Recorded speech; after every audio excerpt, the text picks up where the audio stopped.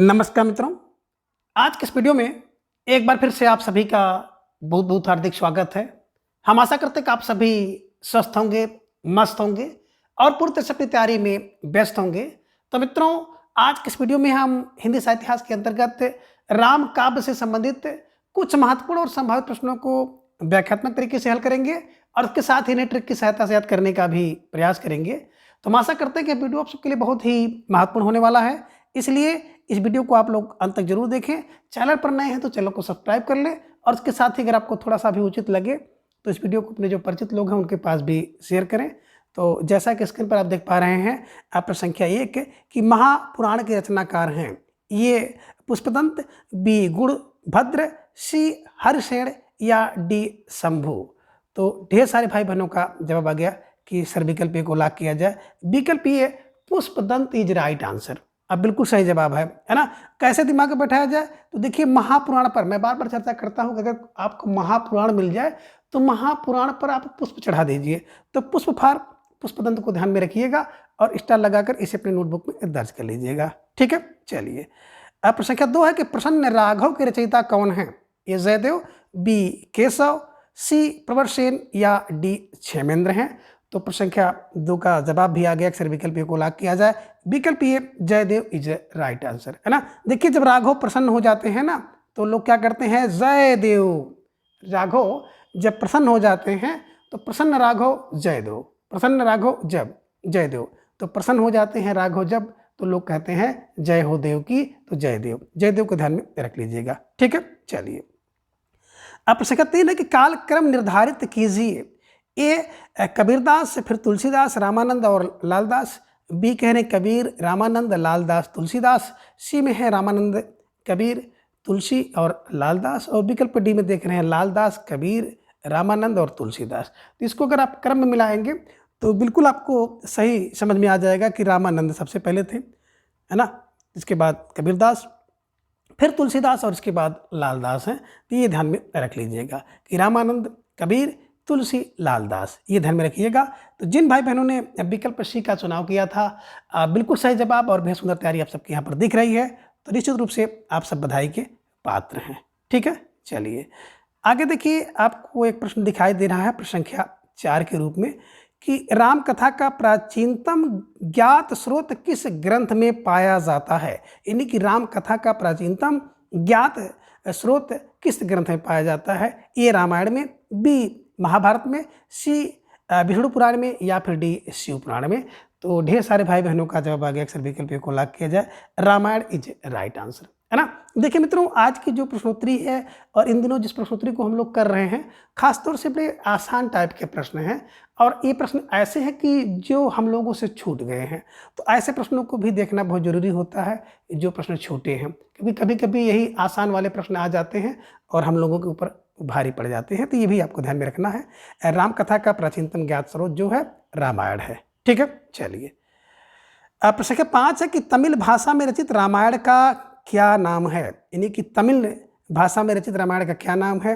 ये आनंद रामायण, बी भास रामायण, सी कंब रामायण या डी है कृतवासी रामायण। तो जवाब आपको देना है प्रश्न संख्या 5 का। और ढेर सारे भाई बहनों का जवाब आ गया कि तमिल भाषा में रचित जो रामायण है वो कंब रामायण है। तो कंब रामायण को ध्यान में रखिएगा। और कैसे इसको दिमाग में बैठाएंगे तो आप एक मोटा मोटा क्लू बना लीजिए ना कि तमिल भाषा में जो लिखा गया रामायण है वो कम है, तमिल भाषा में कम रामायण है।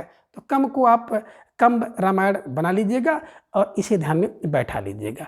ठीक है, चलिए। अब प्रश्न संख्या 6 है कि अंगद पैज ग्रंथ के रचयिता हैं। ए अग्रदास, बी ईश्वरदास, सी सुंदरदास और डी है विष्णुदास। तो आपको जवाब देना था और ढेर सारे भाई बहनों का जवाब भी आ गया कि अंगद पैज, विकल्प B Ishwardas is right answer. ठीक है ना। और इनकी एक बड़ी महत्वपूर्ण रचना और आपने देखी होगी, सत्यवती कथा, है ना। तो सत्य है ईश्वर, ईश्वर सत्य है, तो सत्यवती ईश्वर दास की रचना है। और अंगज का पैज, अंगज पैज ध्यान में रखिएगा, ईश्वर का, अंगद का जो पैर है ना वो ईश्वर का दास है। तो बस ध्यान में रख लीजिएगा, अंगद का पैर ईश्वर का दास है, इसीलिए अंगद के पैर को जल्दी कोई उठा नहीं सकता है। तो बस ऐसे क्लू बना करके इसको अपने दिमाग में बैठाना है। ठीक है, चलिए। अब प्रश्न संख्या 7 आपके स्क्रीन पर आ गया कि अवध विलास के रचनाकार हैं। अब आपको जवाब देना है कि अवध विलास के रचनाकार कौन है। ये परशुराम देव, बी प्राणचंद्र चौहान, सी लालदास या डी अग्रदास। तो ढेर सारे भाई बहनों का जवाब भी आ गया कि अवध में विलास जो करता है ना वो लाल होता है। तो अवध में विलास करता है लाल, लाल फार लालदास को ध्यान में रख लीजिएगा। और आप लोग कहते भी ना कि अवध का लाल है, तो अवध का लाल इन्हीं की लालदास को ध्यान में रख लीजिएगा। ठीक है, चलिए अब प्रश्न संख्या 8 है कि मूल गोसाई चरित्र के रचनाकार का नाम बताइए। ये बेनी माधव दास, बी नंददास, सी नाभादास और डी है प्रिया दास। तो प्रश्न संख्या 8 का जवाब आपको देना था कि मूल गोसाई चरित्र के रचनाकार कौन है, और मैंने इसको ट्रिक से बताया था और ढेर सारे भाई बहनों का जवाब भी आ गया। अक्सर विकल्प को लॉक किया जाए, Beni Madhav Das is right answer, है ना। देखिए मूल गोसाई, अब जो गोसाई है, मूल गोसाई है ना, वो बेनी रखते हैं। बेनी माने आप चोटी से जोड़ लीजिएगा, जो गोसाई महाराज लोग होते हैं ना वो चोटी रखते हैं, बेनी रखते हैं। तो बस मूल गोसाई चरित्र बेनी माधव दास को ध्यान में रख लीजिएगा। ठीक है, चलिए अब प्रश्न संख्या 9 है कि हनुमान बाहुक के रचयिता हैं। अब हनुमान बाहुक के रचयिता कौन है। ये तुलसीदास, बी सूरदास, सी केशवदास और डी हैं नाभादास। तो ढेर सारे भाई बहनों ने फटाफट जवाब दे दिया कि सर विकल्प ए को लॉक किया जाए। विकल्प ए तुलसीदास इज राइट आंसर, है ना। जब हनुमान बाहुक की बात करते हैं ना, तो जब तुलसीदास जी की बाह में पीड़ा हो रही थी, तो बाह की पीड़ा से मुक्ति के लिए उन्होंने हनुमान बाहुक नामक रचना किया था। तो ये ध्यान में रख लीजिएगा। और आप ये भी कह सकते हैं ना कि हनुमान के बाहु, बाहु हैं तुलसीदास, ध्यान में रख लीजिएगा। ठीक है, चलिए अब प्रश्न 10 है कि श्री राम अर्चना पद्धति ग्रंथ के लेखक हैं। तो श्री रामाचरण पद्धति के लेखक कौन है। ये शंकराचार्य, बी रामानंद, सी सूरदास और डी हैं वल्लभाचार्य। तो आप देखेंगे तो ए सी डी ये तीनों नाम बिल्कुल एकदम खारिज हो जा रहे हैं, जिनका राम से कोई संबंध ही नहीं है ना। बचे कौन, तो बिल्कुल विकल्प बी रामानंद जी बचे हैं, है ना। और आपके दिमाग में आ जाना चाहिए कि जब राम की अर्चना और पद्धति होती है तो राम को आनंद होता है, तो राम को राम अर्चना पद्धति से आनंद होता है। तो श्री रामार्चन पद्धति के लेखक जो हैं रामानंद हैं, ध्यान में रखिएगा। स्टार लगाकर इसे नोटबुक में दर्ज कर लीजिएगा। छोटी सी रचना है लेकिन बड़ी महत्वपूर्ण रचना है, हो सकता है किसी परीक्षा में आपको देखने को मिले। ठीक है, चलिए ये लीजिए प्रश्न संख्या 11 आपके स्क्रीन पर आ गया। तुलसी की रचना है, इन्हीं की कौन सी रचना इसमें तुलसीदास जी की है। ए पार्वती मंगल, बी मूल गोसाई चरित्र, सी अंगद पैज, डी अवध विलास।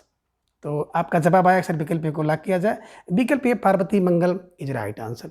अब पार्वती मंगल, जानकी मंगल, बरवे रामायण, बैराग संदीपनी, राम लला नचू और आपने देखा हो रामचरित मानस।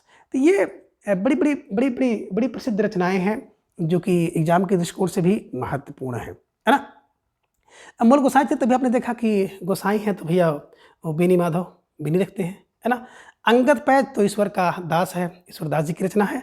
अवध विलास करता है, अवध में विलास करता है जो लाल, अवध का लाल विलास करता है, लालदास की रचना है। तो ये सब थोड़ा सा ध्यान में रखिएगा। ये प्रश्न आपको भले ही स्वरूप में दिख रहा है, लेकिन हो सकता है कि जब आपकी परीक्षा में पूछा जाए तो इसका स्वरूप थोड़ा सा बदल कर आ जाए, है ना। ये ध्यान में रखना होता है। ठीक है, चलिए प्रश्न संख्या 12 है कि रामानंद संप्रदाय की प्रसिद्ध गद्दी कहाँ है। ये जयपुर, बी अजमेर, सी बूंदी या विकल्प डी है गलताजी। तो ढेर सारे भाई बहनों का जवाब आ गया कि जो रामानंद संप्रदाय है इनकी जो गद्दी है, विकल्प D Galtaji is right answer, है ना। अब मित्रों आपको बिल्कुल अब सिंसियर होकर लगना है, क्योंकि आयोग वगैरह का गठन भी हो गया है। तो हो सकता है कि शीघ्र आपकी जो परीक्षा है ना उसकी डेट भी आ जाए। तो इसलिए आप ऐसा मान कर चलें कि अगले महीना आपका एग्ज़ाम है, तो अगले महीना आपका एग्ज़ाम है, इसको मान करके आप तैयारी करते रहें। ठीक है, चलिए अब प्रश्न संख्या 13 है कि रामचंद्रिका के लेखक का नाम क्या है। ये तुलसीदास, बी सूरदास, सी रत्नाकर या डी केशव। तो ढेर सारे भाई बहनों का जवाब आ गया कि रामचंद्रिका तो केशव की है। रामचंद्रिका केशव की। तो रामचंद्रिका किसकी, बोले सर केशव की रामचंद्रिका इन्हीं केशवदास द्वारा लिखी गई रचना है। ठीक है, चलिए प्रश्न संख्या 14 कि वर्वे रामायण की रचना किसने की। ए कबीर, बी सूरदास, सी तुलसीदास या डी हैं केशवदास। तो ढेर सारे भाई बहनों का जवाब आ गया कि वर्वे रामायण कौन लिख सकता है, वही लिख सकता है जो तुलसी हैं। तो वर्वे रामायण तुलसीदास जी की रचना है, ध्यान में रखिएगा। ठीक है, तो प्रश्न संख्या 15 आपके स्क्रीन पर आ गया कि रामचरितमानस का लेखन कार्य तुलसी जी ने कहाँ से शुरू किया था, है ना। तो आपको पता है कि रामचरितमानस की रचना जो है तुलसीदास जी ने किया था, जो कि अवधी भाषा में लिखा गया है। तो इसकी रचना कहाँ से शुरू हुई? ये काशी, बी अयोध्या से, चित्रकूट या डी सूकर खेत से? तो आपको जवाब देना है प्रश्न संख्या 15 का। और ढेर सारे भाई बहनों ने इसका जवाब भी दे दिया कि सर विकल्प बी को लॉक किया जाए, अयोध्या से इज राइट आंसर, है ना। और इन दिनों देखा जाए तो अयोध्या का बहुत विशेष महत्व है, बहुत भीड़ आ रही है अयोध्या में बिल्कुल राम लाला जी को दर्शन करने के लिए। तो ये भी आपको ध्यान में रखना है कि यहाँ से संबंधित प्रश्न भी आपके परीक्षा में जरूर पूछा जाएगा। ठीक है, चलिए अब प्रश्न संख्या 16 है कि तुलसीदास किस दार्शनिक मत के भक्त थे? अब आपको जवाब देना है कि तुलसीदास किस दार्शनिक मत के भक्त कवि थे? ए आद्वैतवाद, बी विशिष्टाद्वैतवाद, सी शुद्धाद्वैतवाद या फिर विकल्प डी है अद्वैतवाद? तो ढेर सारे भाई बहनों का जवाब आ गया कि देखिए तुलसीदास जी ना वो विशिष्ट हैं, और विशिष्ट हैं तो विशिष्टाद्वैतवाद की ध्यान में रख लीजिएगा। तो तुलसीदास कोई हल्के में ना लीजिए, तुलसीदास बड़े विशिष्ट हैं। कोई परीक्षा ऐसी नहीं है जिस परीक्षा में हिंदी पूछा जाए और उसमें तुलसीदास जी से संबंधित कोई प्रश्न ना हो। ठीक है, चलिए प्रश्न संख्या 17 है कि रामानंद के गुरु का नाम था? ए राघवानंद, बी सहजानंद, सी अनंतानंद या डी रामानुजाचार्य? तो ढेर सारे भाई बहनों का जवाब भी आ गया कि राघवानंद। राघवानंद, रामानंद, ये ध्यान में रख लीजिएगा कि रामानंद के गुरु का नाम था राघवानंद, है ना। तो राघव आए तो राम आएंगे, ये ध्यान में रख लीजिएगा। राघव आए उसके बाद राम आए, तो राघवानंद रामानंद के गुरु का नाम था।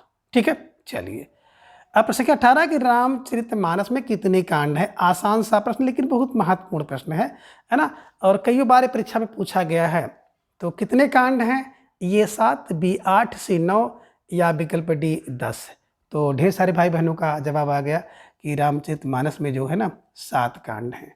7 को ध्यान में आप रख लीजिएगा और बिल्कुल इसे रट्टा लगा लीजिएगा। ठीक है, चलिए अब प्रश्न संख्या 19 है कि सुमेलित कीजिए। आपके सामने सूची दिखाई दे रही है। सूची 1 में आपके सामने है रचनाएं, सूची 2 में उससे संबंधित रचनाकार है, नीचे आपको कूट भी दिखाई दे रहा है। तो सूची 1 और सूची 2 को देखिए और कूट पर आधारित प्रश्न को आपको हल करना है।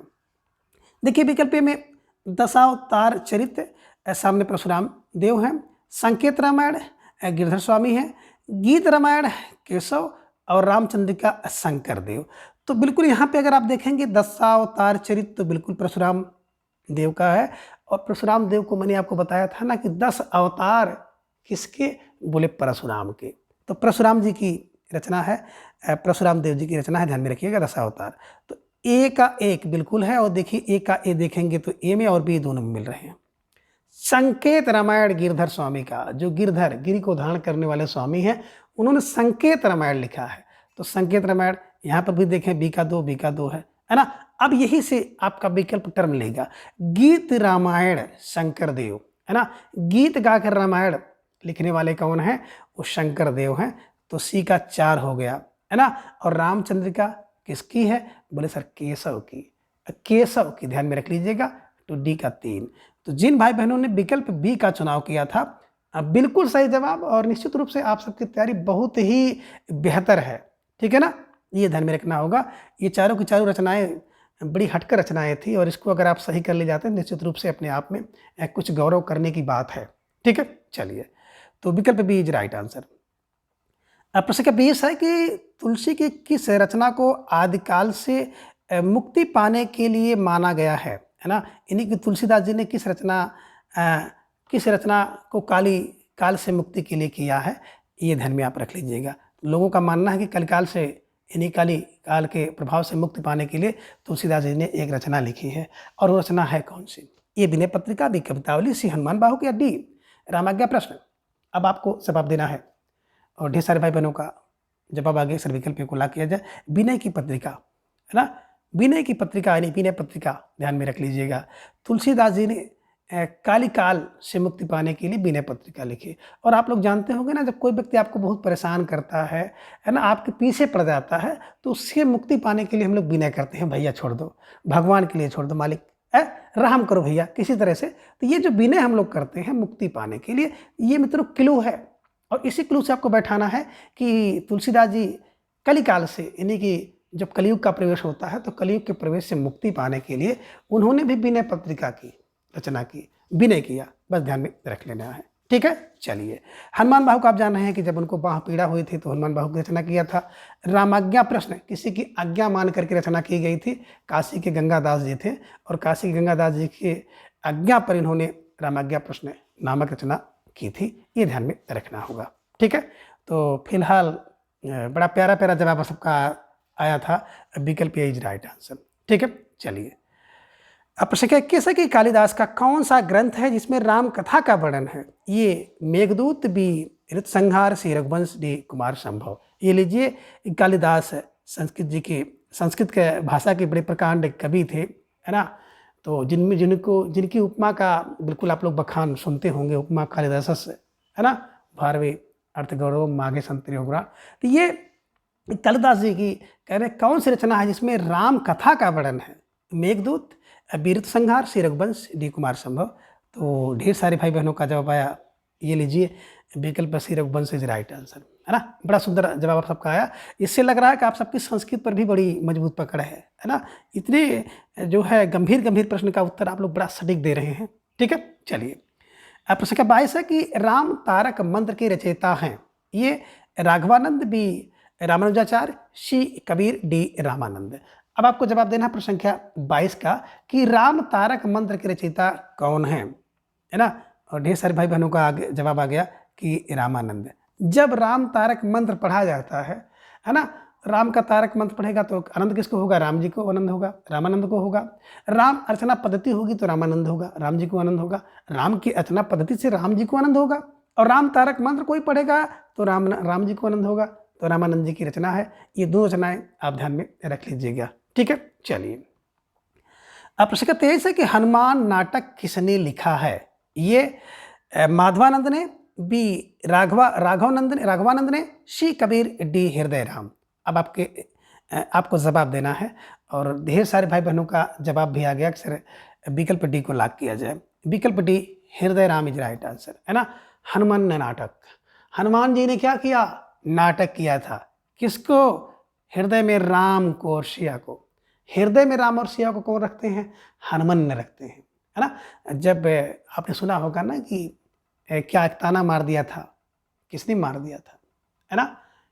मैं आपने देखा होगा, क्या नाम उनका था, है ना, रावण के भाई का, जिन्होंने विभीषण ने ही तो ताना मारा था। तो विभीषण के ताना मारने पर उन्होंने अपने सेना को फाड़ के दिखा दिया था। ये लो, हृदय में राम, हनुमान ने दिखाया। तो हनुमान नाटक, हृदय राम, ये ध्यान में रखना है। मतलब एक क्लू है, इसी क्लू से आपको इस रचना को पकड़ना है और हमेशा के लिए पकड़ना है। ठीक है, चलिए। अब प्रश्न का 24 है कि तुलसी ने कौन सी रचना राम के दरबार में भेजने हेतु लिखी थी, है ना।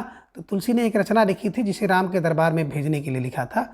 ये विनय पत्रिका, बी कवितावली, सी दोहावली, या डी गीतावली। तो प्रश्न संख्या 24 का जवाब आ गया कि Vinay Patrika is right answer. यही विनय पत्रिका है जिस रचना को तुलसीदास जी ने कलिकाल के प्रभाव से मुक्ति पाने के लिए विनय पत्रिका की रचना की थी और इसे राम जी के दरबार में भेजने के लिए लिखा था। ठीक है, चलिए। प्रश्न संख्या 25 है कि हनुमान जी की आरती किसने लिखी? आरती कीजिए हनुमान लला की दुष्ट दलन रघुनाथ कला की, है ना। ये आरती किसने लिखी है? ए रामानंद, बी राघवानंद, सी कबीर, डी सूरदास। अब जवाब आपको मिल गया होगा, है ना। हनुमान जी की आरती गाने से किसको आनंद होगा? राम जी को आनंद होगा, है ना। श्री राम रचना पद्धति होगी, राम जी को आनंद होगा, है ना। अभी आपने देखा था। और आपने ये भी देखा कि राम तारक मंत्र पढ़ा जाएगा तो राम जी को आनंद होगा, रामानंद। और फिर अगर हनुमान जी की आरती होगी तो राम जी को आनंद होगा, रामानंद, है ना। आरत कीजिए हनुमान लला की। अब हनुमान जी की आरती होगी तो राम जी को आनंद होगा, रामानंद होगा। क्यों? क्योंकि राम जी उनके अनन्य भक्त हैं, अनन्य सेवक हैं, अनन्य दास हैं।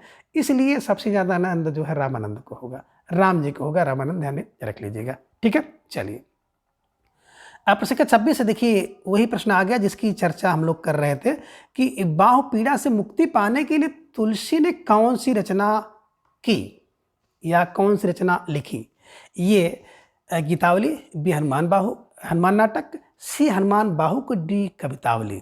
तो देखिए यहाँ पे हनुमान नाटक हृदय राम का है, हनुमान बाहु की रचना उन्होंने किया था, है ना।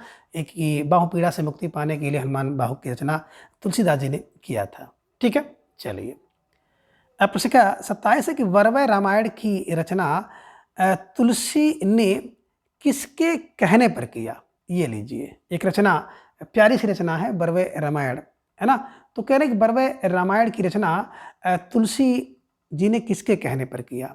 ये मीरा के कहने पर, बी रहीम के कहने पर, सी रसखान या डी रामानंद के कहने पर। तो आप सबको जवाब देना होगा और आप सबका जवाब भी आ गया कि वरवय रामायण की रचना जो है रहीम दास के कहने पर तुलसीदास ने लिखा था। ये ध्यान में रखिएगा। और रहीम दास जी की भी इसी से मिलती जुलती एक रचना है वरवय नायिका भेद, है ना, नगर शोभा, ममनाष्टक, है ना। ये सब ध्यान में रखना होगा कि वरवय रामायण और वरवय नायिका भेद दोनों में थोड़ा सा अंतर है। ठीक है, तो वरवय रामायण रचना रहीमदास के कहने पर तुलसीदास ने किया था क्योंकि इनकी एक रचना थी वरवय नायिका भेद, ऐसे मिला लीजिएगा। ठीक है, चलिए अब प्रश्न 28 है कि तुलसी के समकालीन कौन हैं। अब इनमें से तुलसी के समकालीन कौन हैं। ये कह रहे हैं कि सूरदास हैं, बी कबीरदास हैं, सी अग्रदास है, डी इनमें से कोई नहीं है।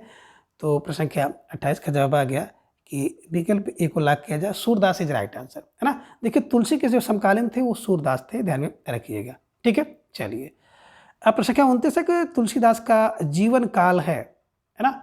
ये 1532-1623, बी 1554 से 1680, सी है 1500 से पूरा 1600 ईस्वी और डी है उपरोक्त में से कोई नहीं, है ना। तो जवाब आपका आगे अक्सर विकल्प को लॉक किया जाए, 1532 से 1623 इज राइट आंसर, है ना। ये ध्यान में रखिएगा। और हमने आपको बताया था, ट्रिक दिया था ना कि जन्म जब लिए थे इनके 32 दांत थे और राम राम बोलने लगे थे तो इनका नाम राम बोला हो गया था। ये भी आप ध्यान में रख लीजिएगा। तो 32 दांत 32 में पैदा हुए और 23 उसको उल्टा कर दीजिएगा, 32 को 33, 1623, है ना। तो ये थोड़ा सा कभी कभी जो ट्रिक होते हैं, क्लू होते हैं, जो हमारे नए भाई बहन हैं जिन्होंने भी हाल ही में बीएड किया है और हिंदी साहित्य की तैयारी कर रहे हैं, तो हिंदी साहित्य की तैयारी में ढेर सारी रचना है, ढेर सारी विधाएँ हैं, है ना। सबको इकट्ठा करना बड़ा मुश्किल सा काम होता है ना। तो उसको ट्रिक से, क्लू की सहायता से हम लोग दिमाग में बैठाते हैं। ठीक है, चलिए अब प्रश्न का 30 है कि आचार्य शुक्ल जी तुलसी का जन्म स्थान कहाँ मानते हैं, है ना। तो आचार्य शुक्ल जी के अनुसार तुलसी का जन्म स्थान कहाँ पर है। ये कह रहे हैं कि राजापुर में, बी सोरो में, सी गाजीपुर, डी अयोध्या। तो अब प्रश्न संख्या 3 का जवाब आप सब ने बड़े तेजी के साथ दे दिया कि राजापुर इज राइट आंसर, है ना। देखिए रामचंद्र शुक्ल जी ने कहा रा से रामचंद्र शुक्ल, रा से राजापुर, राजा रामचंद्र की जय, तो राजा रामपुर की जय। ऐसा कुछ क्लू बना करके बैठाना है ना। बिल्कुल लोड नहीं लेना, प्रेशर नहीं लेना है, बिल्कुल दिमाग में बैठाना है।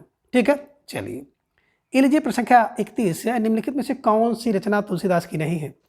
हनुमान नाटक, बी साहित्य लहरी। यहाँ पे गड़बड़ थोड़ा सा हो गया, मुझे लग रहा है कि निम्नलिखित में से कौन सी रचना तुलसीदास की है, ये होना था, है ना। यहाँ पे देखिए जो नहीं है इसको थोड़ा सा आप लोग, है ना, काट दीजिए कि निम्नलिखित में से कौन सी रचना तुलसीदास की है। हनुमान नाटक है, बी साहित्य लहरी, सी कवितावली और डी गीतावली। तो अब आप सबका जवाब यहाँ पे आना चाहिए और मेरे ख्याल से ये यहाँ पे बहुत गड़बड़ी है ना। देखिए एक नहीं है की बात अगर हम लोग करें तो नहीं के हिसाब से साहित्य लहरी नहीं है, लेकिन यहाँ पे हनुमान नाटक को आपको हनुमान बाहुक करना होगा। कवितावली और गीतावली तो इनकी रचना है ना। तो थोड़ा सा देखेंगे तो ये दोनों विकल्प जो है गलत है। कवितावली, गीतावली, कृष्ण गीतावली, विनय पत्रिका, ये सब रचनाएं जो हैं तुलसीदास जी की हैं। हनुमान नाटक की बात करते हैं हृदय राम की है और साहित्य लहरी की बात अगर हम लोग करते हैं तो साहित्य लहरी सूरदास जी की रचना है। तो अगर इसको देखा जाए तो बिल्कुल ये प्रश्न अपने आप में रॉन्ग हो जाता है और 1 नंबर सभी को जाता है। जिस भाई बहनों ने इसके किसी भी विकल्प को अटेम्प्ट किया था, आप सबको 1 नंबर बोनस के रूप में मिल रहा है और मिलता भी है। इस तरह से देख रहे होंगे इन दिनों कोई भी परीक्षा आती है उस परीक्षा में ज़रूर एक प्रश्न इस तरह से डाल दिया जाता है जो कि रॉन्ग होता है और उसका नंबर सबको मिलता है। ठीक है, चलिए। अब प्रश्न 32 है कि दुलह राम सिय दुलहीरी पंक्ति किस ग्रंथ से है? ये रामचरितमानस, बी गीतावली से, सी कवितावली से, डी वरवय रामायण से। तो प्रश्न संख्या 32 का जवाब भी आ गया कि सर विकल्प बी को लॉक किया जाए, गीतावली इज राइट आंसर है। दुल्ह है और दुल्ह राम है और दुल्ही सीता हैं। तो ऐसी बातें अगर देखा जाए तो कहीं न कहीं गीतावली में है, ये ध्यान में आप रखिएगा। ठीक है, चलिए। अब प्रश्न 33 है कि श्री राम जी के बचपन का चित्रण किस कांड में है? ये बाल कांड, बी सुंदर कांड, सी किष्किंधा कांड या डी इनमें से कोई नहीं। तो ढेर सारे भाई बहनों का जवाब आ गया कि बचपन का चित्रण बाल कांड में होगा। बाल, अयोध्या, अरण्य, किष्किंधा, सुंदर, लंका और उत्तरकांड, ये 7 कांड जो है ना बिल्कुल इसी क्रम में है। तो बाल माने बचपन उनका कहाँ बीता था, बाल कांड बचपन। ठीक है, चलिए। सुंदरकांड में तो आपने देखा होगा हनुमान जी का है वर्णन। किष्किंधा में आपको ने देखा होगा कि सुग्रीव, बाली सुग्रीव का है ना प्रवेश वहाँ पे होता है, राम जी से मिलते हैं, सुग्रीव से राम जी की मित्रता होती है। आदि जो वर्णन है, चित्रण है, वो किष्किंधा कांड में मिलता है। ठीक है, चलिए। प्रश्न क्या 34 है कि तुलसीदास की भक्ति का प्रकार है? ए दास्य भाव, बी सख्य भाव, सी माधुर्य या डी वात्सल्य भाव। तो ढेर सारे भाई बहनों ने जवाब दे दिया, अक्षर विकल्प को लॉक किया जाए, दास भाव इज राइट आंसर, है ना। क्योंकि अपने नाम के पीछे भी इन्होंने लगाए हैं कि तुलसीदास, तो दास है तो दास से भाव होगा, ये ध्यान में रख लीजिएगा। ठीक है, चलिए। अब प्रश्न संख्या 35 है कि जाके प्रिय न राम वैदेही पंक्ति किस कवि की है ना। जाके प्रिय न राम वैदेही तजिए ताही, है ना। तो यद्यपि परम स्नेही, है ना, जिसके प्रिय राम वैदेही ना हो उसको त्याज करिए, पंक्ति किसने कही है? ये मीरा, बी तुलसी, सी रसखान, डी कबीर। तो ये पंक्ति की चर्चा इसके पहले भी हो चुकी थी। विकल्प B Tulsidas is right answer. जिन भाई बहनों ने दिया बिल्कुल सही जवाब, सुंदर तैयारी। ठीक है ना। मीराबाई ने एक पत्र लिखा था तुलसीदास जी को, तो उसी पत्र का जवाब इसमें जो है तुलसीदास जी ने दिया था। ठीक है, चलिए। अब प्रश्न 36 है कि अब लो नसानी अब ना नसई हो पंक्ति किस ग्रंथ से है ना। इसका जवाब आपको देना है। तो पंक्ति तो तुलसीदास जी की है, लेकिन ग्रंथ आपको बताना किस ग्रंथ से है। ये कवितावली, बी विनय पत्रिका, सी गीतावली, डी इनमें से कोई नहीं। तो ढेर सारे भाई बहनों का जवाब आगे अक्सर विकल्प सी को लॉक किया जाए, विकल्प सी गीतावली इज राइट आंसर। अब लो नसानी अब ना नसई हो, अब गीत गई हो, ये ध्यान में रख लीजिएगा। तो गीत फार गीतावली से है ना।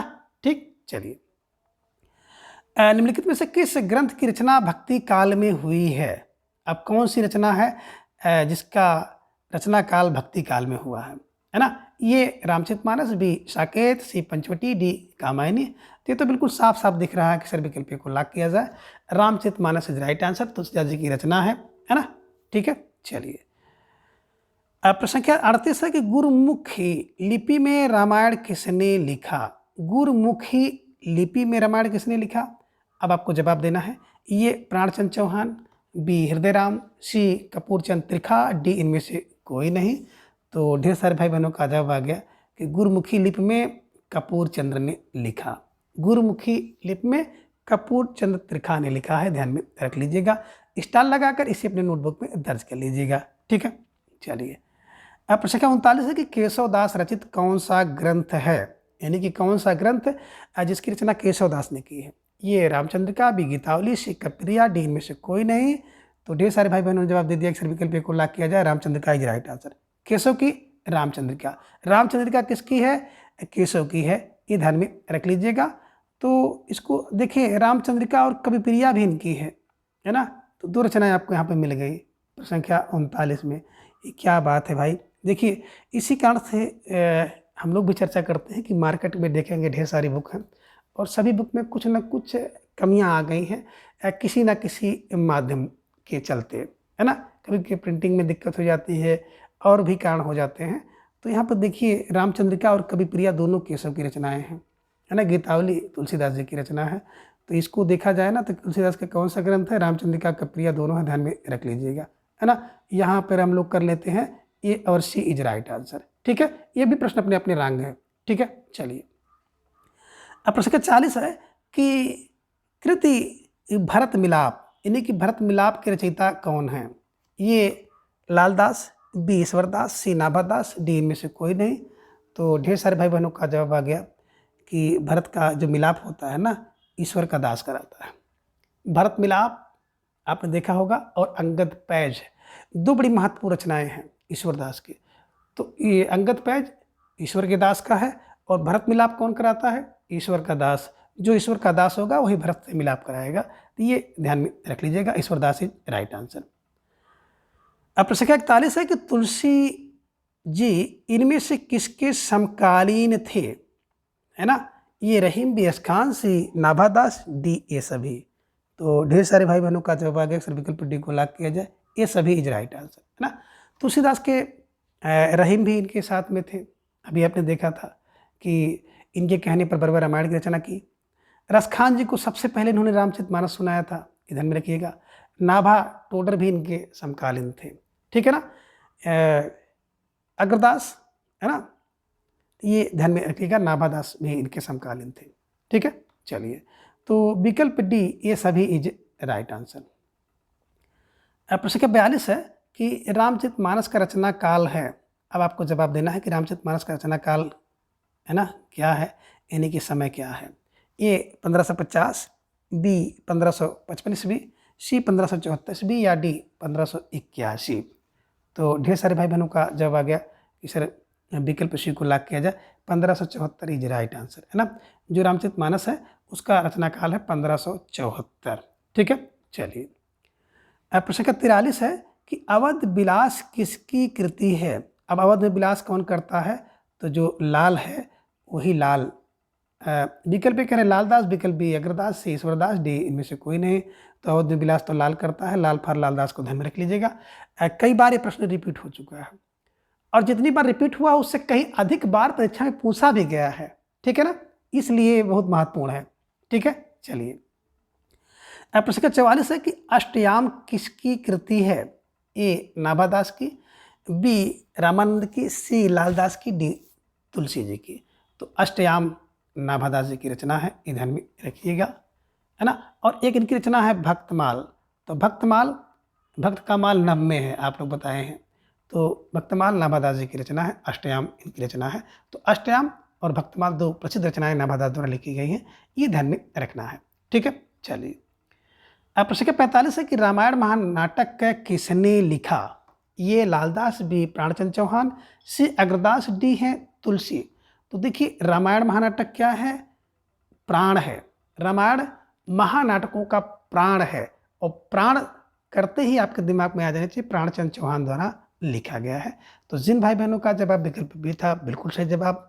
बेहद सुंदर तैयारी आप सबके यहाँ पर दिख रही है, निश्चित रूप से आप सब बधाई के पात्र हैं। ठीक है, चलिए अब प्रश्न 46 है कि किसने गीतावली के रचनाकार हैं। ये तुलसी, बी सूरदास, सी कबीर, डी रामानंद। तो ढेर सारे भाई बहनों का जवाब आ गया गीतावली, किस गीतावली, ये सब रचनाएं तो तुलसीदास जी द्वारा लिखी गई हैं। सूरदास जी की 3 रचनाएं हैं, है ना, सूरसागर, साहित्य लहरी और सूर सारावली। ठीक है ना। कबीर की एकमात्र रचना आपने देखी है विजक है। रामानंद जी की अभी आपने देखा श्री रामरचना पद्धति, राम रक्षा स्रोत, राम तारक स्रोत, है ना। और एक और अभी आपने देखा आरत की, हनुमान लला की, रामानंद द्वारा लिखी गई है। तो ये सब थोड़ा सा आपको ध्यान में रखना होगा। ठीक है, क्योंकि प्रश्न का जो स्वरूप है ना आपकी परीक्षा में किसी भी रूप में देखने को मिल सकता है ना, इसलिए अभ्यास किया जाता है। अब प्रश्न का 47 है कि लोकनायक वही हो सकता है ना। थोड़ा सा इसके पहले भी है कि भारत का लोकनायक वही हो सकता है जो समन्वय करने का अपार धैर्य लेकर आया हो। उनका सारा काव्य, यहाँ पे काम नहीं काव्य समन्वय की विराट चेष्टा है। ये कथन किस लेखक का है। ये हजारी प्रसाद द्विवेदी, बी रामचंद्र शुक्ल, सी महावीर प्रसाद द्विवेदी, और डी है डॉक्टर नागेंद्र। तो ढेर सारे भाई बहनों का जवाब आ गया, अक्सर विकल्प को लॉक किया जाए। विकल्प Hazari Prasad Dwivedi is right answer, है ना। मैंने आपको इसी रूप में पढ़ाया था ना कि भारत का लोकनायक वही हो सकता है जिसके अंदर समन्वय करने की 1000 चेष्टा होगी, 1000 धैर्य होगा। तो 1000 फार हजारी प्रसाद द्विवेदी जी को आपको बैठाना है। ठीक है, चलिए प्रश्न संख्या 48 है कि भारतीय जनता का प्रतिनिधि कवि यदि किसी को कह सकते हैं तो तुलसीदास को कथन किसका है? ए डॉक्टर नागेंद्र, बी आचार्य रामचंद्र शुक्ल, सी महावीर प्रसाद द्विवेदी, डी इनमें से कोई नहीं। तो धीरे धीरे ढेर सारे भाई बहनों का जवाब भी आ गया कि सर प्रश्न संख्या 48 का जो जवाब होगा भारतीय जनता का प्रतिनिधि कवि आचार्य रामचंद्र शुक्ल, ये कथन है ना। तो आचार्य रामचंद्र शुक्ल राइट आंसर है। ठीक है, चलिए अब प्रश्न संख्या 49 है कि गोस्वामी जी के प्रादुर्भाव को हिंदी काव्य के क्षेत्र में एक चमत्कार समझना चाहिए, कथन किस लेखक का है? ए डॉक्टर नागेंद्र का है, बी रामनेत्र त्रिपाठी का है, सी आचार्य शुक्ल का है, या डी इनमें से कोई नहीं। तो ढेर सारे भाई बहनों का जवाब आ गया कि सर विकल्प सी को लॉक किया जाए। विकल्प सी आचार्य रामचंद्र शुक्ल इज राइट आंसर है ना। अब कह रहे गोस्वामी जी का प्रादुर्भाव हिंदी काव्य के क्षेत्र को एक चमत्कार रामचंद्र ही कर सकते हैं। तो रामचंद्र का मतलब रामचंद्र शुक्ल को ध्यान में रख लीजिएगा। ठीक है, अब प्रश्न संख्या 50 है कि रामचरितमानस की भाषा है ना। देखिए प्यारा सा प्रश्न है कि रामचरितमानस की भाषा ए अवधी, बी ब्रज भाषा, सी मैथिली, डी खड़ी बोली। तो ढेर सारे भाई बहनों का जवाब आ गया सर विकल्प को लॉक किया जाए। विकल्प ए अवधी इज राइट आंसर। तो जिन भाई बहनों का जवाब विकल्प ए था बिल्कुल सही जवाब, बेहद सुंदर तैयारी आप सबकी यहाँ पर दिख रही है। निश्चित रूप से आप सब बधाई के पात्र हैं। प्रश्न संख्या 51 कि रामचरितमानस किस शैली में लिखा गया है? ये कह रहे हैं कि दोहा शैली में, बी दोहा चौपाई शैली में, सी वर्वय शैली, या डी गीत शैली। तो ढेर सारे भाई बहनों का जवाब आ गया सर विकल्प बी को लॉक किया जाए। दोहा चौपाई शैली इज राइट आंसर है ना। बात करें रामचरितमानस, तो रामचरितमानस तुलसीदास जी की रचना है, अवधी भाषा में लिखी गई है, 7 कांड इसमें है और दोहा चौपाई शैली का प्रयोग किया गया है। ठीक है, चलिए अब प्रश्न संख्या 52 है कि किस कृति की रचना दोहा शैली में हुई है? ए दोहावली, बी कवितावली, सी गीतावली, डी विनय पत्रिका। तो ढेर सारे भाई बहनों का जवाब बड़े तेजी के साथ आ गया कि सर विकल्प ये को लॉक किया जो दोहावली इज राइट आंसर। दोहा शैली में दोहावली लिखी गई है, ये ध्यान में आपको रखना है। ठीक है, चलिए अब प्रश्न संख्या 53 एक उत्तर पुराण के रचयिता हैं। ये गुणभद्र, बी विमल सूर्य, सी हर्षेण, या डी इनमें से कोई नहीं। तो प्रश्न संख्या 53 का जवाब आ गया कि उत्तर पुराण जो लेकर आता है ना उसके पास गुण होता है। तो गुण फार गुणभद्र को ध्यान में रख लीजिएगा। उत्तर पुराण, अब पुराण का उत्तर जो दे देगा भैया ना, उत्तर दे पुराण का तो उसके अंदर गुण है, उत्तर दे पुराण का तो उसके अंदर गुण है। गुण का मतलब गुणभद्र को ध्यान में रख लीजिएगा, क्योंकि उत्तर पुराण, महापुराण, पौम पुराण है ना, तो ढेर सारे सिया पुराण, ढेर सारे पुराण भी आपको देखने को मिलेंगे। तो इसलिए जरूरी है कि इसका क्ल्यू बना लीजिए कि उत्तर पुराण, पुराण का उत्तर कौन देगा? जिसके अंदर गुण होगा। तो गुण फार गुणभद्र को ध्यान में रख लीजिएगा। ठीक है, चलिए अब प्रश्न 54 है कि ब्रह्म संप्रदाय के आचार्य हैं। ये माधवाचार्य, बी रंगनाथ, सी रामानुजाचार्य, या डी हैं इनमें से कोई नहीं। तो आप लोग 20 बार पढ़ चुके हैं कि ब्रह्म है माधव फार माधवाचार्य को ध्यान में रख लीजिएगा, और ब्रह्म संप्रदाय के जो आचार्य हैं माधवाचार्य हैं, ध्यान में रख लीजिएगा। ठीक है, चलिए प्रश्न संख्या 55 है कि श्री संप्रदाय के आचार्य कौन है? तो इनमें देखेंगे श्री संप्रदाय के आचार्य कौन है। ये कह रहे हैं कि रंगनाथ भूमि है, बी पुंडरीकाक्ष हैं, सी रामानुज, डी है उक्त सभी।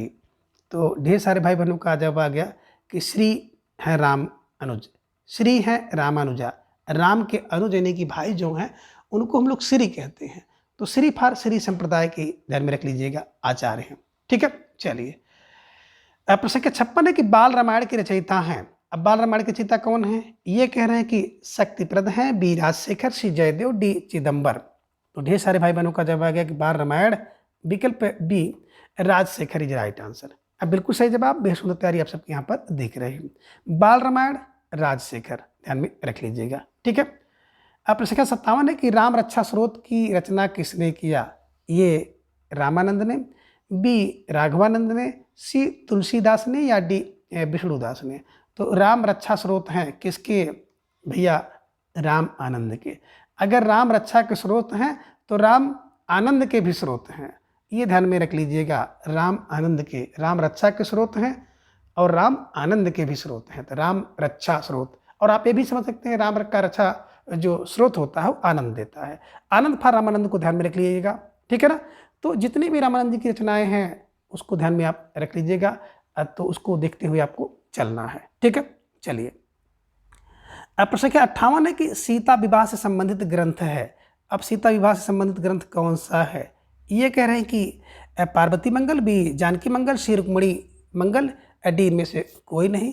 तो ढेर सारे भाई बहनों का जवाब भी आ गया कि सीता विवाह का मतलब होता है विकल्प बी, है ना, जानकी मंगल इज राइट आंसर, है ना। पार्वती मंगल में पार्वती के विवाह की बात होगी, रुक्मणी मंगल में रुक्मणी के विवाह की बात आएगी। तो बिल्कुल सही जवाब है कि सीता विवाह जानकी मंगल इज राइट आंसर, ठीक है। चलिए, अब प्रश्न संख्या 59 है कि हनुमान चित्र के रचनाकार हैं। ये सुंदरदास, बी रामानंद, सी तुलसी, डी अग्रदास। तो हनुमान का चरित्र सब लोग जानते हैं भैया, बड़ा सुंदर था, बड़ा ही सुंदर था, हनुमान चित्र सुंदर था। तो सुंदरदास को ध्यान में रख लीजिएगा। और हनुमान नाटक करते हैं हृदय में, किसको? राम को रखते हैं, तो हृदय राम, ये ध्यान में रखिएगा, ठीक है। चलिए, अब प्रश्न संख्या 60 है कि तेलुगु में रचित रामायण का नाम है। अब जवाब आपको देना है कि तेलुगु में रचित रामायण कौन सा है ना। ये कह रहे हैं कि कंब रामायण, बी कह रहे हैं रंग रामायण, सी कह रहे हैं कि भावार्थ रामायण, और डी कह रहे हैं कि इनमें से कोई नहीं। तो धीरे धीरे आप सबको जवाब देना है तेलुगु में। तो तेलुगु में कौन सा रामायण लिखा गया है? तो देखिए, तेलुगु और, है ना, तेलुगु भाषा है तमिल की है, तो तमिल चाहे कहो चाहे तेलुगु कहो। तो एक ट्रिक बना लीजिएगा कि तेलुगु और तमिल में बहुत कम रामायण मिलते हैं, तो कम फार कम को ध्यान में रख लीजिएगा, कम रामायण इज राइट आंसर, ठीक है। इसे ध्यान में रख लीजिएगा और आसानी के साथ इसको बिल्कुल आप हमेशा के लिए, सॉरी, तमिल में कम्ब है ना, तमिल में कम्ब रामायण है और तेलुगु में रंग रामायण है, तेलुगु में रंग रामायण है, ये ध्यान में आप रख लीजिएगा, ठीक है। तो तेलुगु में कौन रामायण? रंग रामायण है। अब इसकी ट्रिक आप बना लीजिएगा, तमिल में कम्ब रामायण है तो तेलुगु में रंग रामायण है, तेलुगु में रंग रामायण है। तेल देखे होंगे ना, तेल में रंग लगा दीजिए बस, तेल फार तेलुगु ध्यान में रख लीजिएगा। थोड़ा सा यहाँ पे मिस्टेक हुई थी, है ना, कम्ब रामायण जो है तमिल में है और तेलुगु की बात करते हैं रंग रामायण है, ये ध्यान में आपको रखना है, इसको सुधार लीजिएगा, ठीक है। चलिए, विकल्प बी रंग रामायण इज राइट आंसर। अब प्रश्न संख्या 61 है कि गुरु ग्रंथ साहिब में रामानंद के कितने पद संकलित हैं। अब गुरु ग्रंथ साहिब की बात करते हैं तो इसमें जो रामानंद के कितने पद हैं? ये 1, बी 2, सी 3, डी 4। तो ढेर सारे भाई बहनों का जवाब आ गया, सर विकल्प बी को लॉक किया जाए, 2 पद इज राइट आंसर, है ना। गुरु ग्रंथ साहिब में रामानंद के 2 पद हैं, ठीक है, विकल्प बी इज राइट आंसर। अब प्रश्न संख्या 62 है कि श्री राम जी की स्तुति किस ग्रंथ से है? ये विनय पत्रिका, बी गीतावली, सी दोहावली, डी कवितावली। यानी कि श्री राम जी की स्तुति किस ग्रंथ से नहीं बल्कि किस ग्रंथ में है, ये आपको जवाब देना है कि श्री राम जी की स्तुति किस ग्रंथ में है, आपको जवाब देना है। और धीरे धीरे ढेर सारे भाई बहनों का जवाब आ गया, sir Vinay Patrika is right answer, है ना। विनय पत्रिका इधर में रखना होगा। कली काल के प्रभाव से मुक्ति पाने के लिए रचना की गई थी। राम जी के दरबार में रचना भेजी गई है जिसमें श्री राम जी की स्तुति की गई है, ये भी ध्यान में आप रख लीजिएगा, ठीक है। चलिए, अब प्रश्न संख्या 63 है कि महात्मा बुद्ध के बाद सबसे बड़ा लोक नायक तुलसी थे, यह कथन किस विद्वान का है? ये डॉक्टर नागेंद्र, बी आचार्य रामचंद्र शुक्ल, सी जॉर्ज गियर्सन, या डी हजारी प्रसाद। तो ढेर सारे भाई बहनों का जवाब बड़े तेजी के साथ आ गया कि सर विकल्प सी को लॉक किया जाए, विकल्प C George Grierson is right answer, है ना। बिल्कुल, तुलसीदास के बाद सबसे बड़े लोकनायक तुलसी हैं, बुद्ध के बाद सबसे बड़ा लोकनायक तुलसी थे, एक गियर्सन का कथन है, ठीक है। चलिए, प्रश्न संख्या 64 है कि किस युग को हिंदी साहित्य का स्वर्ण युग कहते हैं? यानी कि किस युग को हिंदी साहित्य का स्वर्ण युग कहा जाता है? तो हिंदी साहित्य का स्वर्ण युग कौन होगा? ये भक्ति काल, बी रीतकाल, सी आदिकाल, डी आधुनिक काल। तो ढेर सारे भाई बहनों ने जवाब दे दिया, सर विकल्प को लॉक किया जाए, भक्ति काल इज राइट आंसर, है ना। जो भक्ति का काल है हिंदी साहित्य का स्वर्ण युग है ना, ये ध्यान में रख लीजिएगा। अब प्रश्न संख्या 65 है कि राम रासों के रचयिता हैं, ये माधव दास चारण, बी हृदय राम, सी प्राणचंद चौहान, डी में से कोई नहीं। तो प्रश्न संख्या 65 का जवाब आ गया कि राम रासो, है ना, माधव दास चारण, राम रासो माधव दास, है ना, ये ध्यान में रख लीजिएगा। ठीक है।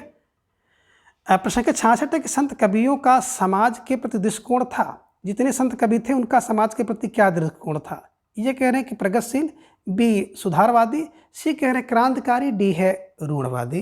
तो ढेर सारे भाई बहनों ने जवाब दे दिया कि विकल्प बी को लॉक किया जाए। विकल्प बी सुधारवादी दृष्टिकोण इज राइट आंसर, है ना। जितने संत कवि थे समाज के प्रति उनका सुधारवादी दृष्टिकोण था, है ना। वो अपनी पद के माध्यम से, है ना, अपने उपदेश के माध्यम से वो समाज को कहीं न कहीं सुधारना चाहते थे। प्रश्न संख्या 67 है कि प्रेम और श्रद्धा अर्थात पूज्य बुद्धि दोनों के मेल से भक्ति की निष्पत्ति होती है। कथन किसका है। ये आचार्य शुक्ल, बी डॉक्टर नागेंद्र, सी गणपत चंद्र गुप्त, डी हजारी प्रसाद द्विवेदी का। तो प्रश्न संख्या 67 का जवाब आपने दे दिया कि प्रेम और श्रद्धा अर्थात पूज्य बुद्धि दोनों के मेल से भक्ति की निष्पत्ति होती है। आचार्य रामचंद्र शुक्ल जी का कथन है। प्रेम और श्रद्धा राम से, राम पर रामचंद्र शुक्ल को ध्यान में रख लीजिएगा। ठीक है।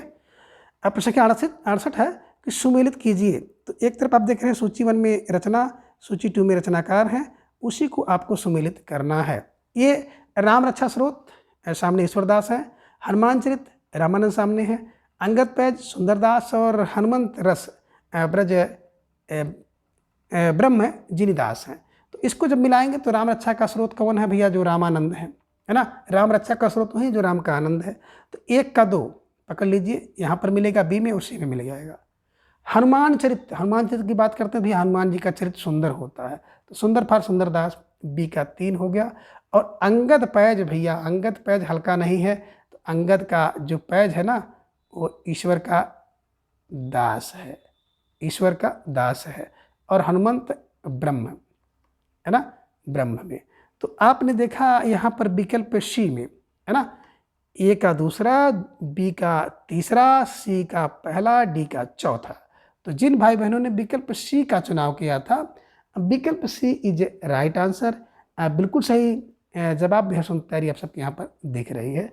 तो निश्चित रूप से आप सब बधाई के पात्र हैं। ठीक है, चलिए आगे हम लोग चलते हैं प्रश्न संख्या 69 के पास।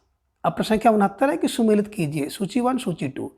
सूची 1 में रचना है और सूची 2 में उसके रचनाकार है। नीचे आप देख पा रहे हैं कूट है, और इसी कूट के आधार पर इस प्रश्न का जवाब आपको देना है। तो थोड़ा सा इसको हम बड़ा कर दे रहे हैं, अब देखिए आपको दिख रहा होगा, है ना। ये में देख रहे हैं कि दोहावली सामने तुलसीदास, पदावली अग्रदास, अवध विलास लालदास, रामचंद्रिका केशव की है।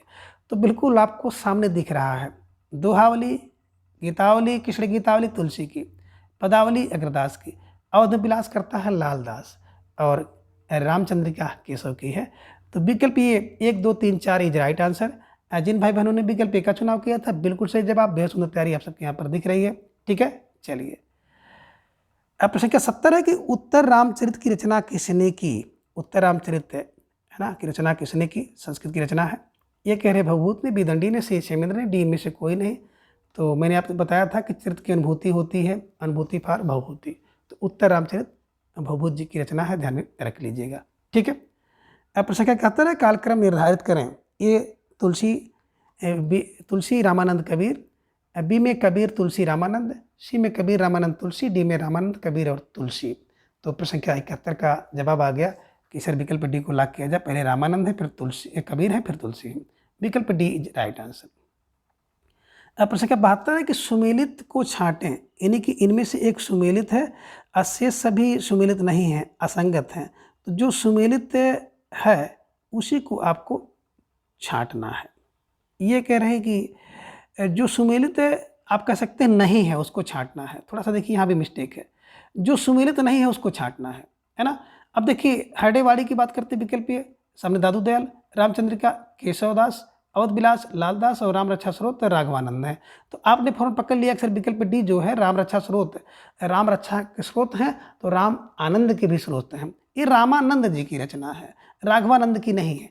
अगर आपने क्लू सुना होगा, ध्यान से क्लू को पकड़ा होगा, तो निश्चित रूप से आप इसका जवाब सही दिए होंगे। तो जिन भाई बहनों ने विकल्प डी का चुनाव किया बिल्कुल सही जवाब, बेहद सुंदर तैयारी आप सबके यहाँ पर दिख रही है। ठीक है, प्रश्न संख्या 73 है कि कौन सा एक सही सुमेलित है। विनय पत्रिका केशव की, बी अवध विलास लालदास का, सी भरत मिलाप अग्रदास का, डी रामायण महानाटक है प्राणचंद तिवारी का। तो कौन एक के सही सुमेलित है? तो ढेर सारे भाई बहनों ने जवाब दे दिया सर बिल्कुल बिल्कुल लाख किया जाए। अवध विलास करता है लालदास, है ना। अब विनय की पत्रिका तो तुलसीदास ने रचना लिखी है। भरत का मिलाप भैया ईश्वर का दास कराता है, ईश्वर दास की रचना है। रामायण महानाटक है प्राणचंद चौहान का है, प्राणचंद तिवारी नहीं है। तो बिल्कुल जिन भाई बहनों ने विकल्प बी चुना था बिल्कुल सही जवाब, है ना। यही एक सुमेलित है, बाकी सब सुमेलित नहीं है। अब प्रश्न संख्या 74 है कि रामचरित मानस के कांडों का सही क्रम है। ये कह रहे हैं कि बाल कांड है, सुंदर कांड, अरण्यक और उत्तरकांड। बी में है बाल, अरण्य, सुंदर और उत्तर। सी में है उत्तरकांड, सुंदरकांड, अरण्यकांड, बालकांड। बाल, उत्तर, सुंदर, अरण्य, है ना।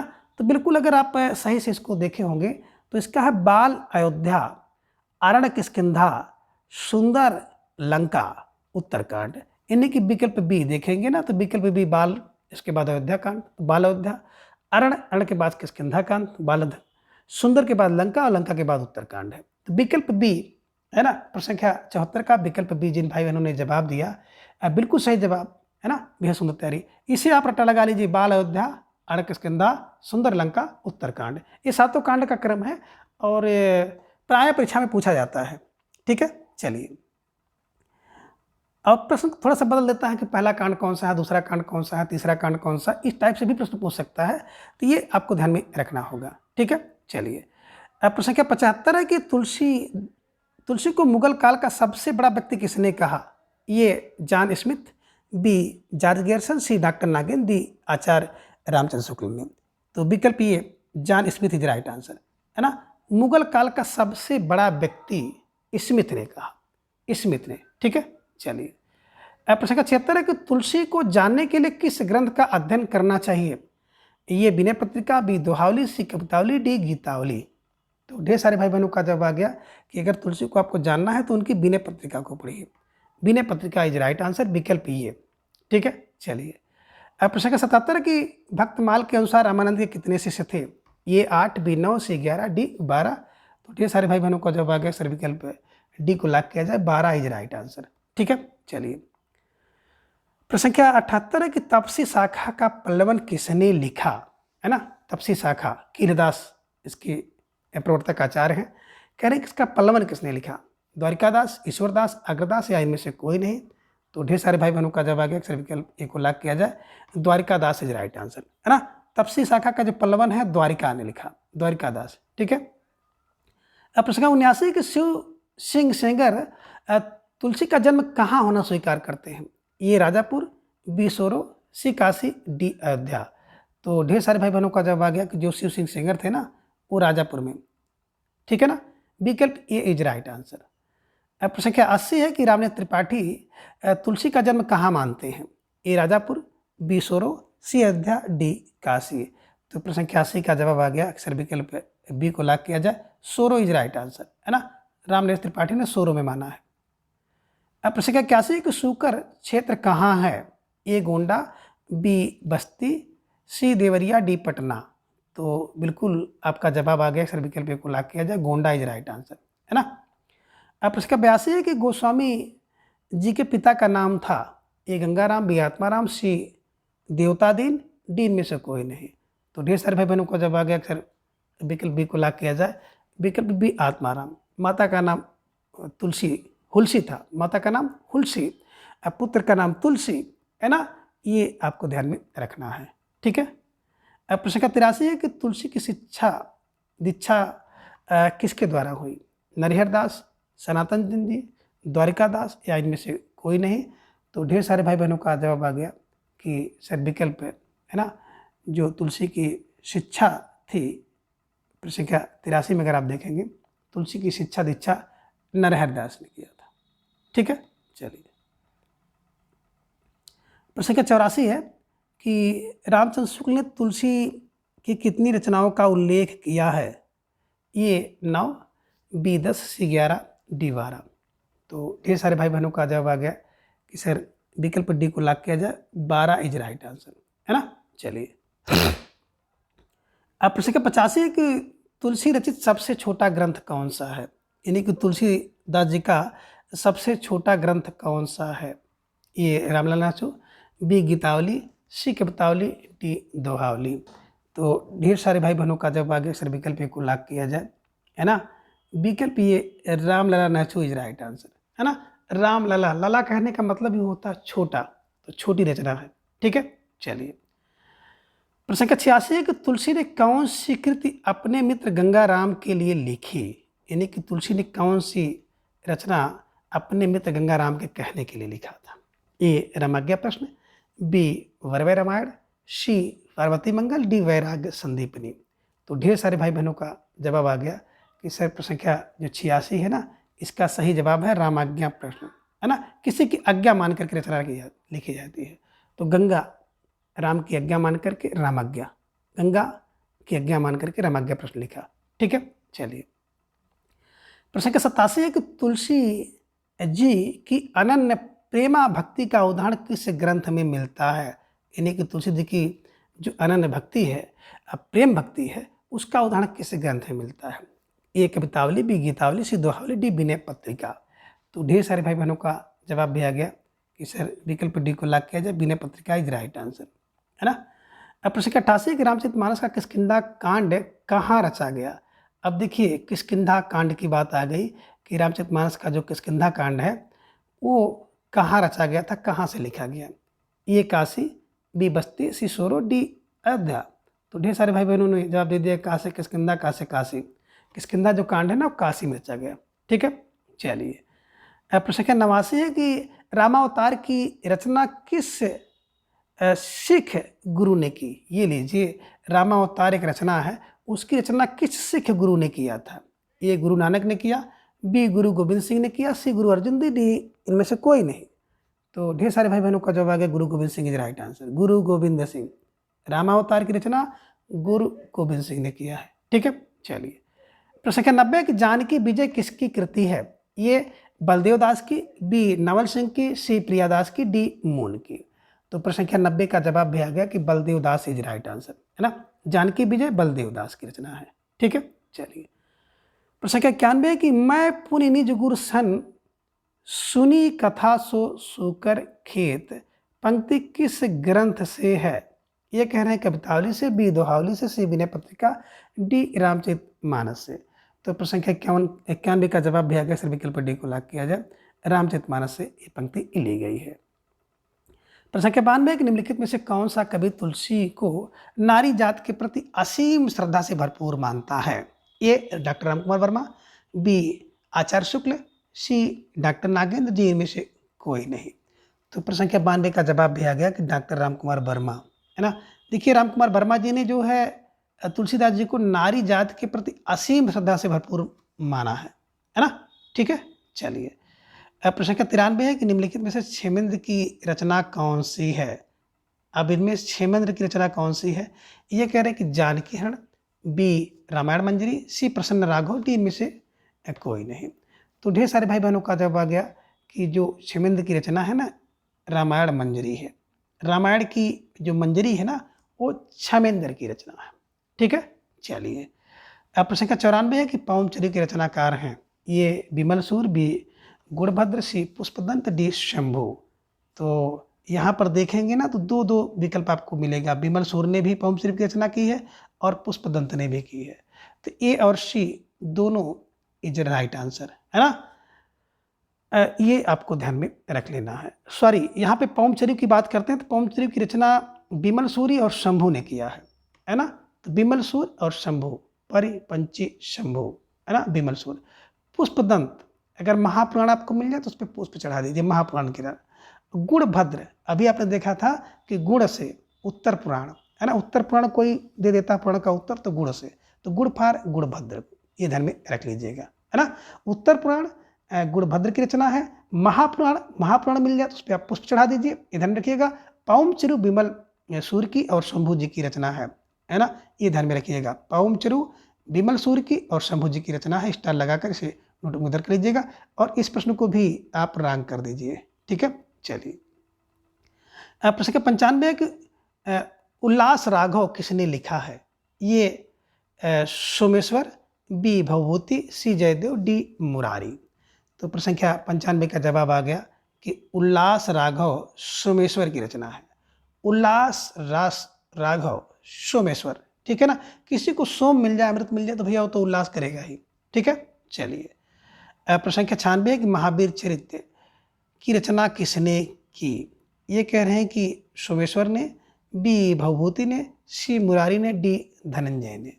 तो प्रश्न संख्या जो 96 का जवाब भी आ गया भवभूति। भवभूति, महावीर चरित्र की रचना भवभूति, और चरित्र की अनुभूति होती है उत्तर रामचरित, महावीर चरित्र, है ना। ये ध्यान में आप रख लीजिएगा, ठीक है। और मालती माधव।